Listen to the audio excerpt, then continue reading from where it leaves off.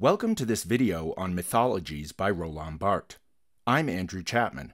I'm a professor of philosophy and I'll be your guide. Our purpose in this video is to provide you with a detailed yet accessible summary of this significant work, ensuring that you grasp its key concepts, understand its impact, and are prepared to discuss it critically in your classes and beyond. We'll begin with an introduction to the text and its author, followed by a summary of its main ideas. Next, we'll dive into a deeper analysis, examining the significance and implications of these concepts. We'll also cover how the text has influenced its field and discuss any major criticisms. Finally, we'll wrap up with a summary of the key points covered. Now let's get started with Mythologies.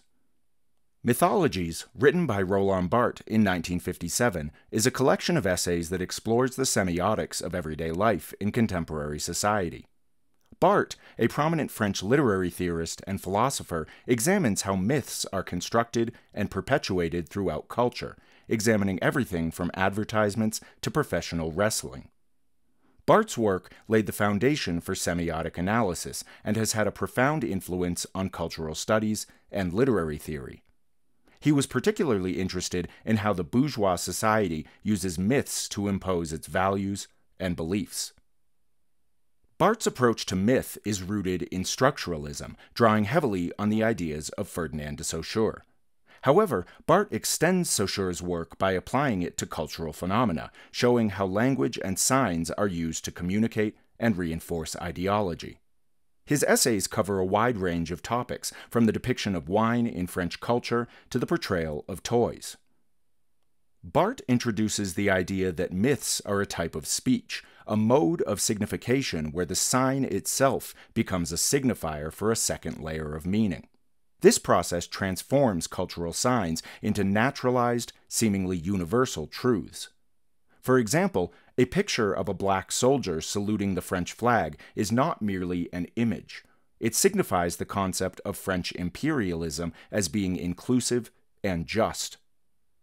Barthes analyzes various cultural phenomena, such as the imagery of advertisements and the social rituals of French society, as well as the spectacle of professional wrestling, to show how they serve ideological functions. Each essay dissects a particular cultural artifact, revealing the hidden meanings and ideologies behind them. For instance, in his famous essay on professional wrestling, Barthes illustrates how it dramatizes the concepts of good and evil, justice, and punishment in a way that's meant to appear spontaneous and real to the audience. Barthes argues that myths serve to naturalize the ideologies of the ruling class, making culturally specific values appear as natural, eternal truths. This process of naturalization hides the constructed nature of these values, making them seem like common sense. Barthes explains that this is how power is subtly maintained in society, through the uncritical acceptance of these myths. Barthes emphasizes the active role of the reader or consumer of culture in interpreting signs, suggesting that meaning is not fixed but can be contested and subverted. He introduces the idea that the reader has the power to resist and reinterpret these signs, thus challenging the dominant ideologies they convey.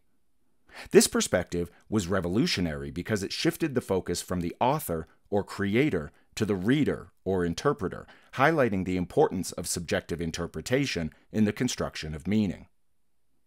Barthes' concept of myth as a second-order semiological system is groundbreaking because it reveals how deeply ideology is embedded in everyday life. By demonstrating that myths transform cultural signs into naturalized truths, Barthes exposes the underlying power dynamics at play in the construction of meaning. His analysis shows how mundane aspects of daily life are saturated with ideological significance, which can often go unnoticed. Situated in the context of post-war France, Mythologies critiques the burgeoning consumer culture and its effects on societal consciousness. Barthes' work aligns with structuralism, particularly the ideas of Ferdinand de Saussure, while also paving the way for post-structuralist thought. The period in which Barthes was writing was marked by rapid modernization and the rise of mass media, which played a crucial role in shaping public perception and opinion.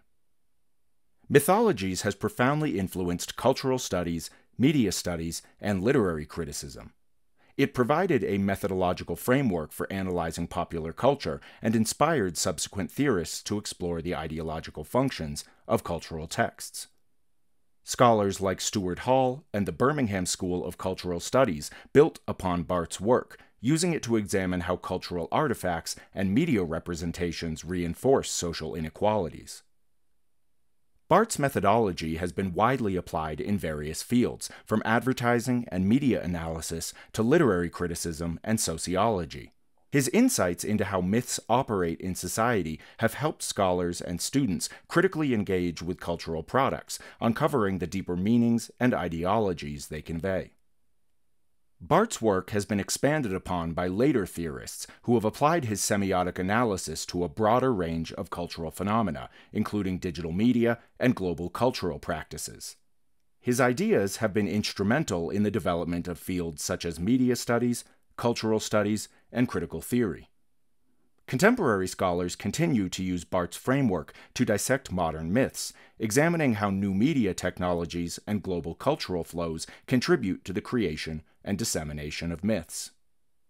Some critics argue that Barthes' analysis can be overly deterministic, suggesting that it doesn't fully account for the agency of individuals in resisting and reinterpreting dominant cultural narratives. Others believe his approach to myth can sometimes lack empirical rigor, relying too heavily on interpretive analysis without sufficient empirical evidence. Additionally, some scholars have critiqued Barthes for not sufficiently addressing the role of economic factors and power relations in the creation and perpetuation of myths. In summary, Mythologies by Roland Barthes is a seminal work that analyzes the everyday myths that shape our cultural reality. By revealing how cultural signs are transformed into naturalized truths, Barthes exposes the ideological underpinnings of popular culture. His work has had a lasting impact on the fields of semiotics, cultural studies, and literary theory, providing a framework for critically analyzing the ideological functions of cultural texts. Despite some criticisms, Barthes' insights remain invaluable for understanding the complex interplay between culture, ideology, and meaning. Mythologies challenges us to see the familiar with fresh eyes, uncovering the hidden meanings behind everyday objects and practices that we often take for granted. Barthes' work encourages a critical engagement with culture, urging us to question the seemingly natural and inevitable aspects of our social world.